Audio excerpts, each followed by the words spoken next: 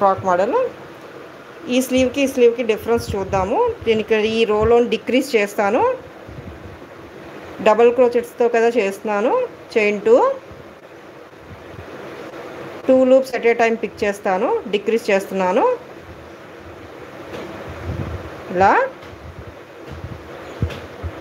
Continuous decrease చేయను. Alternate లూప్లో decrease చేస్తాను.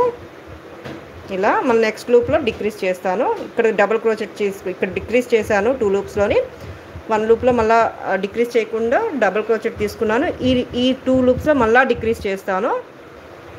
స్లీవ్ యొక్క డిఫరెన్స్ తెలుస్తుంది, అసలు స్లీవ్ ఎలా వస్తుందా అనేసి. బుట్ట చేతులు ఫార్మ్ అవుతాయి అన్నమాట.